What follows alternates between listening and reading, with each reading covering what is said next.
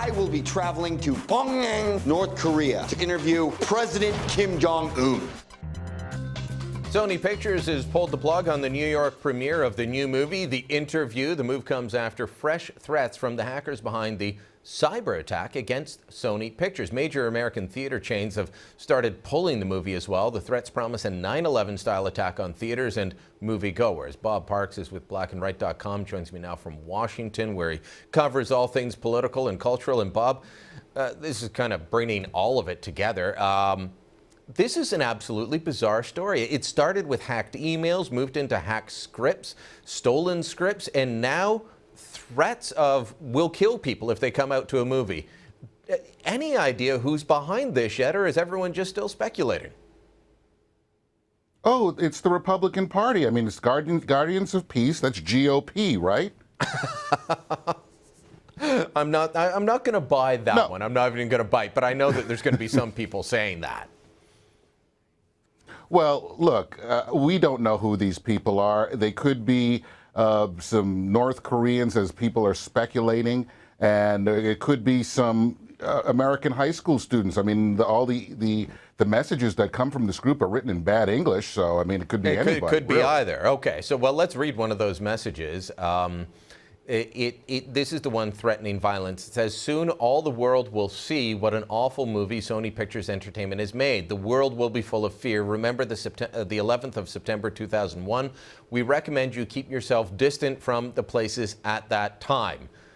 Yeah, that to me doesn't sound like it's written by someone with an English degree, and they're likely right. It likely is an awful movie, but if it is North Koreans, they don't actually have the ability to carry out these kinds of attacks. So why are all the theater chains pulling away? Off the ground. Yeah. Why are the theater chains backing away then? Well, because they are. I don't know if it might be a warning, or from lawyers who might be representing Sony. They might, or some of these movie companies that, if a warning has been issued and something does bad happen, who knows? Because this is a very litigious society.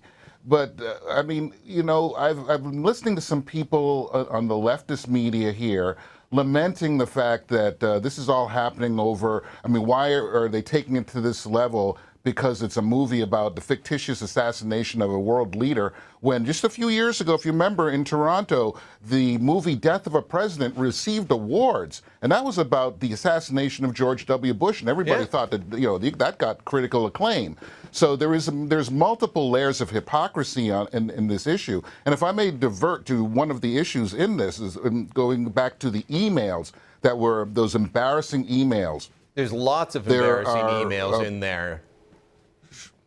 Sure, and one of them was that was highly publicized, was an exchange between Amy Pascal, who's one of the big grand poobahs over at Sony, and Scott Rudin, a pretty high-profile producer, and they were joking around about and made basically racist kind of jokes about Barack Obama, and everybody was losing their minds, and they said, well, in a way of pulling back and going on the defensive, they said, well, these emails were illegally obtained and nobody was supposed to hear about them, and they basically blamed it on the emails and not basically what these producers said.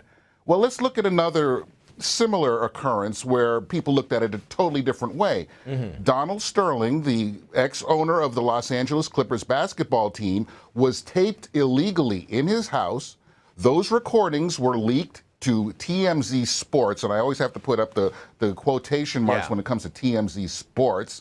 And then those went out, and everybody just condemned Donald Sterling. He ended up losing his franchise worth roughly around $2 billion. And now, all of a sudden, leaked emails, invasion of privacy, that's a bad thing. So hypocrisy all the way around.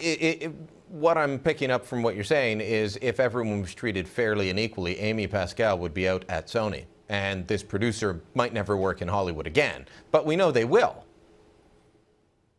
Of course they will. And, and everybody's overlooking the fact that where these two Sony executives went is, like you said, this is the kind of stuff that people get fired over unless you're liberal. And then all you have to do is call Al Sharpton and subject yourself to whatever hurdles that he's going to make you jump, and a lot of times it's just the biggest hurdle is just opening up your checkbook. But this is when it comes to the left here, they can, and going again back to the outrage over the film and its killing off of the proposed killing off of a world leader when it was okay to do that to Bush. This whole thing, it's I don't know who Guardians of Peace is, but they are really showing the weakness of the American people when it comes to closing up movie theaters for a movie that, for all intents and purposes, is really going to be lousy and probably was going to go straight to Blu-ray. And now it's going to get all this press. I mean, Sony, if you think about it, is getting so much free publicity over what is probably going to be a pretty bad movie. I don't think all that many people will go see it in theater, but on demand and Blu-ray sales, I think they're going to do very well. Bob, great talking to you as always. Share your thoughts on this. Brian. No problem. Share your thoughts on this. Facebook.com/Brian Lilly. Stick around. More to come.